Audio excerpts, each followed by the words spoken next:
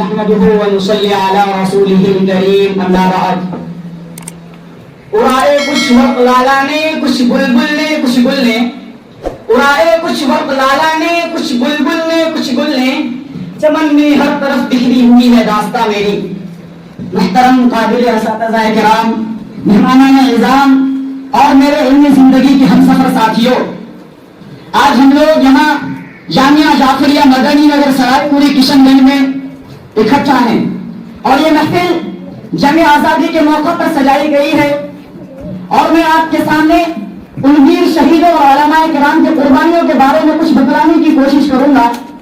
امید کرتا ہوں آپ میری باتوں پر مخصوص توجہ دیں گے کہ ملک ہندوستان کے غیور نوجوانوں آج سے 75 سال پہلے آزاد ہوئے ہندوستان کو 75 سال سے زائد ہوئے آج سے 75 سال پہلے تن کے گورے من کے کالے جنہیں انگریز کہا جاتا ہے جنہیں ہندوستان چھوڑ کر بھاگنا پڑا آج سے آزادی سے قبل بے شمار دنوں اور لاتعداد راتوں میں ہندوستانیوں نے ہزاروں ماں کو بے اولاد ہوتے ہوئے دیکھا معصوم سے پھولوں کو گولیوں سے چھلنی ہوتے ہوئے دیکھا ننھے منھے معصوم بچوں کو بھوک سے روتے بلکتے دیکھا لاکھوں بیٹیوں پر بے عزتی کے دھبے لگتے ہوئے دیکھا ننھے منھے معصوم بچوں کو کاٹا جاتا تھا.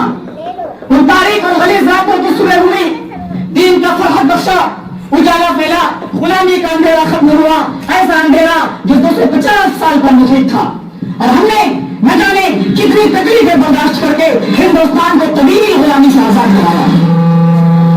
کسی شاعر نے کیا خود کہا کہ طویل عمر بیکار ہے اس کے پڑھنے کو کہ طویل عمر بیکار ہے اس کے پڑھنے کو. ہماری داستانیں اور آپ مختصریں نہیں. ہم نے تن من دھن کے قربانیاں دی ہم نے بغاوتیں کی ہم نے نعرے بلند کیے پھانسی پر چڑھے اور سینوں میں گولیاں کھا کر ہندوستان کو ان انجار انگریزوں سے آزاد کرایا.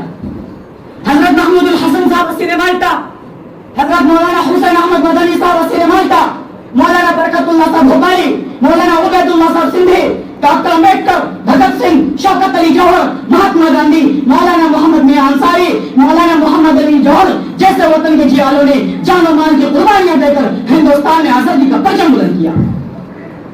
آج ہماری ذمہ داری یہ ہے کہ ہم ہندوستان کی حفاظت کے لیے جان کی بازی لگا دیں تاکہ ان کی قربانیاں زندہ رہیں جنہوں نے اپنے خون پسینے سے ہندوستان کو دنیا کے سامنے میں عزت دلائی وقار عطا کیا. کسی شاعر نے کیا خوب کہا رہزنوں کے ہاتھوں میں ملک کی قیادت ہے رہزنوں کے ہاتھوں میں ملک کی قیادت ہے رشوتوں کا پہرا ہے بے تکی سیاست ہے کہ میں اکیلا ہی چلا تھا جانب منزل مگر میں اکیلا ہی چلا تھا جانب منزل مگر راہرو آتے گئے کارواں بنتا گیا. الغرض علماء کرام حصہ نہ لیتے تو ہندوستان آزاد نہ ہوتا. تحریک آزادی نہ چلتی تحریک بالا کوٹ نہ چلتی تحریک ریشمی رومال نہ چلتی تحریک خلافت نہ چلتی ہندوستان چھوڑو کی تحریک نہ چلتی. اندازہ صاحب اسٹیج نہ بنتا. 1857 کی جنگ آزادی میں 2 لاکھ مسلمان شہید ہوئے جن میں 54,500 علماء کرام تھے. صرف دہلی میں 500 علماء کرام کو پھانسی کے پھندے پر لٹکا دیا گیا.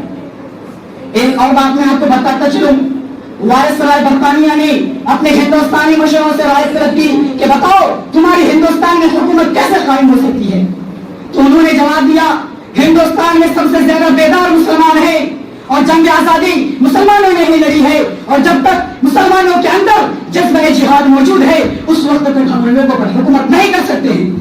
اس لیے مسلمانوں کے اندر سے جذبہ جہاد کو ختم کرنا ضروری ہے اور وہ یہ ہے کہ ہندوستان سے علماء کرام اور قرآن کو ختم کر دیا جائے.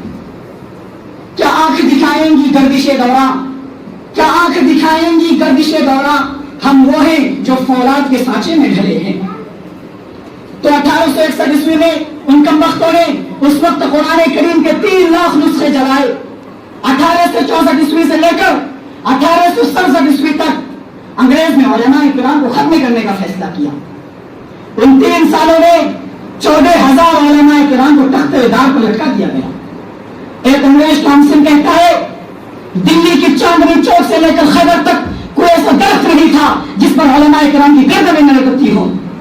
انگریز کہتا ہے علماء کرام کے جسموں کو تانبے سے ڈالا گیا علماء کرام کو سوروں کی کھالوں میں ڈال کر جلتے ہوئے تنوروں میں ڈالا گیا. نیز علماء کرام کو ہاتھیوں پر سوار کر کے درختوں سے باندھ کر کے ہاتھیوں کو نیچے سے چلا دیا گیا. انگریز کہتا ہے لاہور کے جامع مسجد کے صحن میں انگریز نے ایک پھانسی کا فندہ بنایا تھا جس میں ایک ایک دن میں 80 علماء کرام کو تختے دار پر لٹکاتے تھے. لاہور کی ندی میں علماء کرام کو گولیوں میں ڈال کر کے اس میں پھینک دیتے تھے اور اوپر سے گولیوں کا نشانہ بنایا جاتا.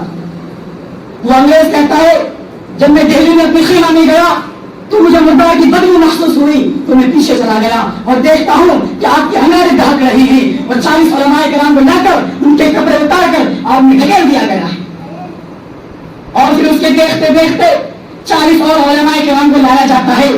ان کے سامنے میں ان کے کپڑے اتارے جاتے ہیں اور کہا جاتا ہے اے مولویوں جس طرح ان 40 کو پکا دیا گیا ہے, جس طرح ان 40 کو راکھ کر دیا گیا ہے, اسی طرح تم کو بھی راکھ کر دیا جائے گا. صرف تم اس بات کا انکار کر دو کہ ہم 1857 کی جنگ آزادی میں شہید نہیں تھے.